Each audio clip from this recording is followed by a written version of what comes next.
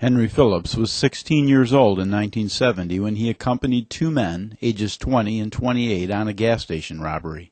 Henry was elsewhere in the station when the oldest shot and killed the attendant.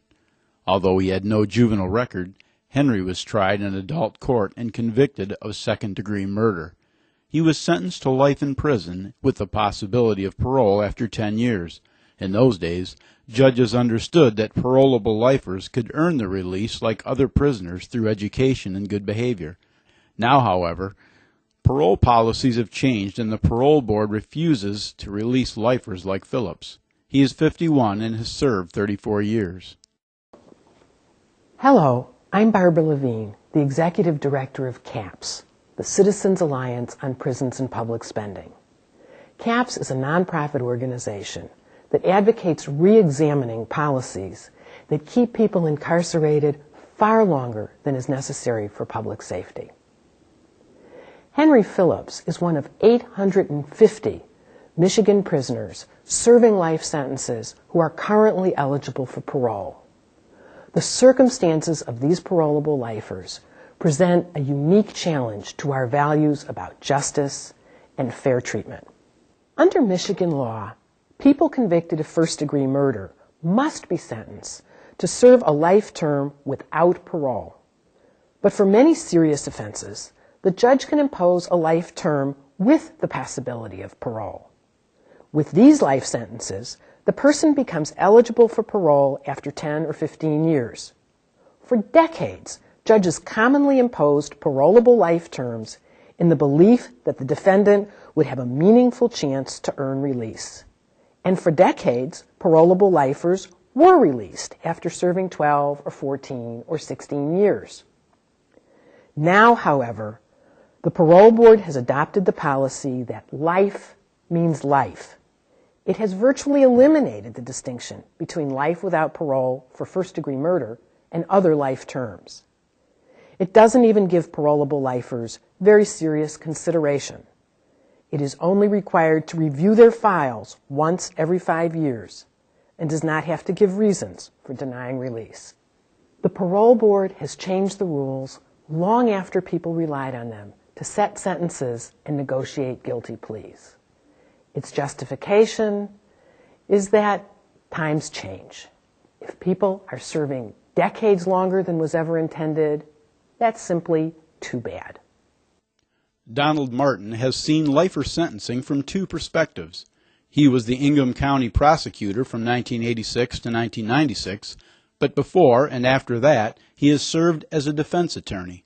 1978, we had an unfortunate situation here in Lansing, which was a very serious crime at the time, made a lot of publicity and headlines, and that was a case that at least locally became known as the Frandor Four. And that involved David Bella and Mr. Lawrence and Mr. Schraw. There was a plan that was put together by Bella that involved the kidnapping of a local bank manager and, as it turned out, his wife, and they were held hostage.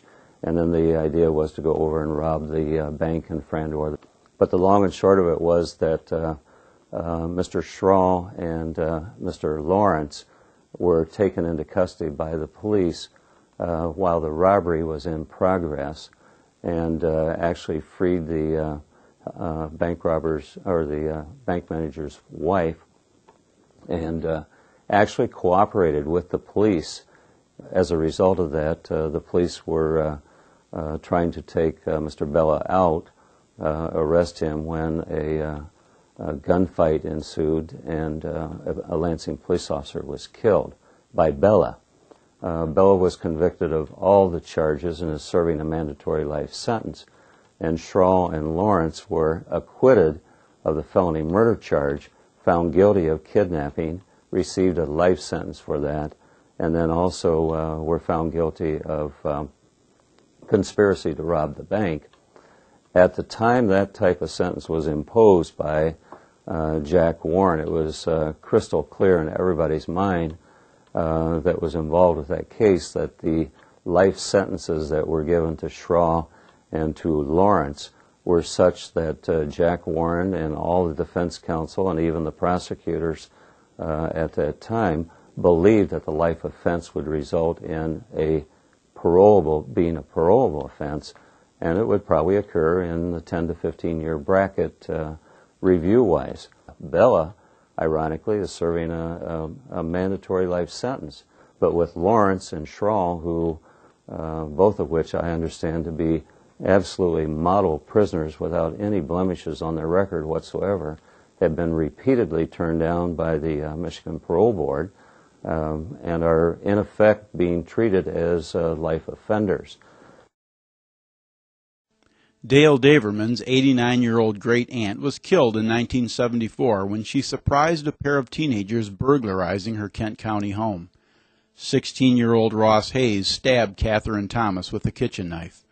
He was prosecuted as an adult and pled guilty to second-degree murder, believing that with a parolable life sentence, he could be released after 10 years. Daverman hated Ross Hayes, but after attending a prayer meeting in 1998, his anger lifted. When Daverman learned that Hayes was still in prison, Daverman chose to visit him in February of 2000. It was a very emotional meeting. We cried. We embraced each other. And Ross Hayes asked my forgiveness. And I forgave him. In July of 2004, Ross Hayes came up for his 5-year parole board hearing. But as it turned out, the vote came 5-5, and to this day he's still incarcerated. It's been over 30 years now. And we were very devastated, couldn't quite understand. Here you have a man who has had a good prison record for over 2.5 decades. Hasn't had any write-ups. He's a born-again Christian. He's very remorseful for what he's done. The surviving relatives of Catherine Thomas, and there are 3 of us, myself, my dad, who is now 91, and my brother, who's 61, we have exonerated Ross. We've forgiven him. And yet the board voted 5-5. And I scratched my head, and I asked myself the question, what more can we do? What more can Ross Hayes do to get released from prison? I'm Judy Coleman Bay. My husband, James Percy Bay, has been in prison for 29 years for walking into a bookstore with his hand in his pocket as if he had a gun and robbing it for $62. He was 23 years old. He was angry. He was rebellious. He got a lot of misconduct citations in the beginning. He's never hurt anyone. As he grew older, of course, he started calming down. He's got he went to school. He's got his GED. He's got food service certificates. He's done a lot of things in prison. Plus, he takes a lot of time out helping the younger guys coming in to adjust to prison. The parole board's process of keeping them in prison is not fair. They don't give a reason as to why they send letters of no interest. We don't know what he needs to do. We don't know what he's doing that's causing them to say that he can't come home. But I know that Judge O'Brien did not intend for James to die in prison. Gary Gabry was the Ionia County prosecutor when Governor Engler made him chair of the parole board in 1992. The board's composition had just been changed from corrections professionals with civil service protection to political appointees. Gabry served until 1997 when he returned to prosecution. Currently, he is in private practice and the chair of the criminal law section of the state bar. One of the most unique aspects that I've seen in our criminal justice system as a lawyer, and again with the different hats that I've worn, is the unfettered kind of discretion that the parole board has in dealing with human beings. What's transpired in the years as I was leaving and since I've left is really a total turning their back on that population. So that what's basically occurring now is no longer having that one-on-one contact, no longer giving the lifer an opportunity to impress upon a board member the changes that they've made in their life. the acceptance of responsibility, and what they've learned about what they did and why they're now going to become a productive member of society if given a chance. Now, the board member reviews a file. They look at paper, they look at a crime that was committed, they look at the regular volume of cases they have to look at, and unless something is in that file that causes that board member to want to go out and interview and actually advocate on behalf of that lifer, the population is going to be stagnant. It's going to continue to grow, and as the population ages, more and more of the real people that can safely be released are going to be warehoused. This is a real fertile area of very limited risk offenders who may have committed one bad crime a very, very, very long time ago. And if we believe in change, if we believe people change, and we believe in justice, then it seems that we're not being fair and we're not being just if we ignore that population. Nick Lazen is one of the very few parolable lifers who has been granted release in the last 10 years. Lazen served 41 years for a murder he committed at age 21. Paroled in July of 2004, he is now working full-time as a welder. Even though a person makes a mistake, even a bad one, he can be a useful member of society and become very productive. As in my case, I've been out now for 9 months. I have my own apartment, I have my own car, I have a job where I work every day. In fact, by releasing lifers, they can put men as taxpayers instead of tax burdens. The ones that's still in there, they're at the age now, they're not harmful to anybody. They've outgrown that. Give them the chance. That's all, just give them the one chance.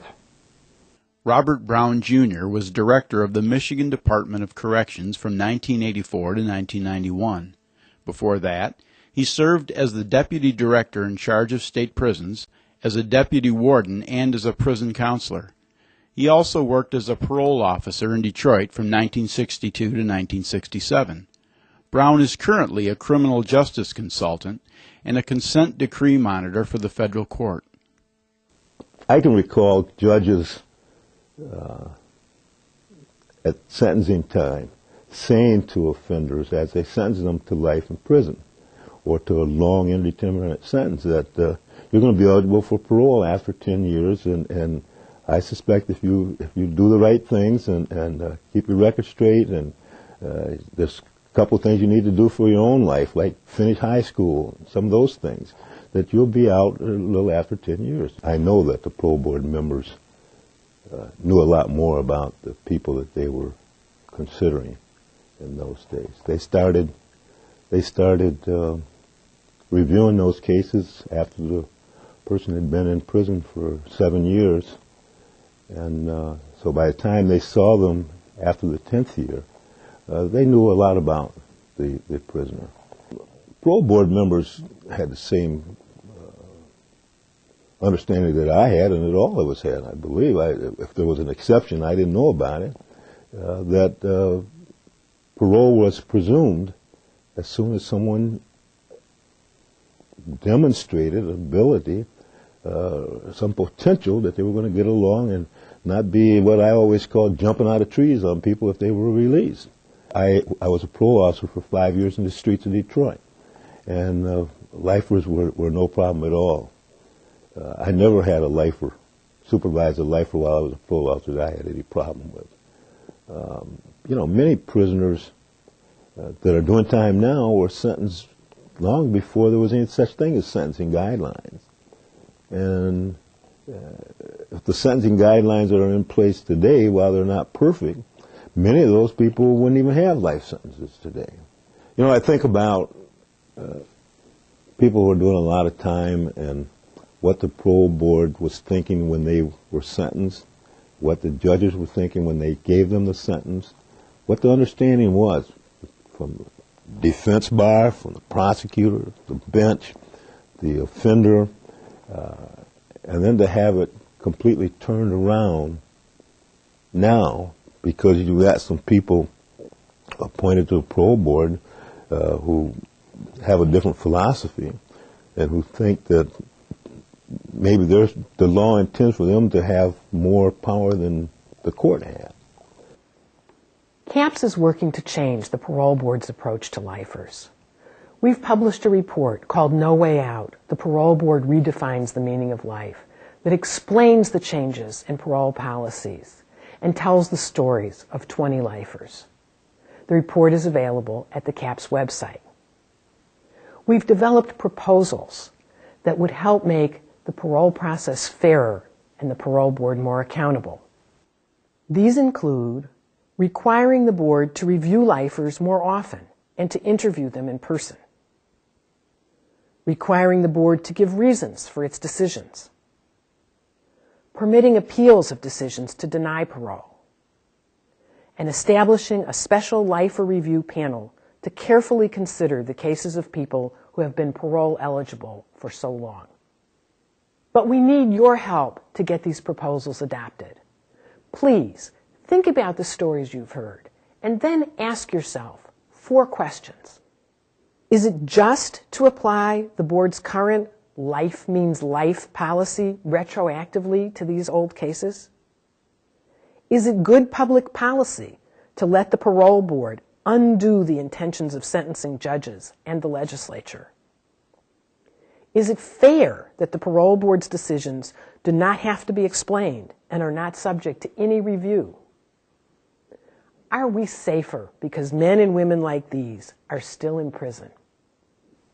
If you said no to these questions, please help us promote change. Write to your legislators and to the governor's office and voice your opinions. Talk with family, friends, and fellow members of civic and religious groups. Help create a groundswell of attention to this issue. And please consider joining CAPS. It takes resources to educate the public and policymakers through research, publications, meetings, and media outreach. But with your support, we can keep working to give these lifers the second chance so many of them have earned.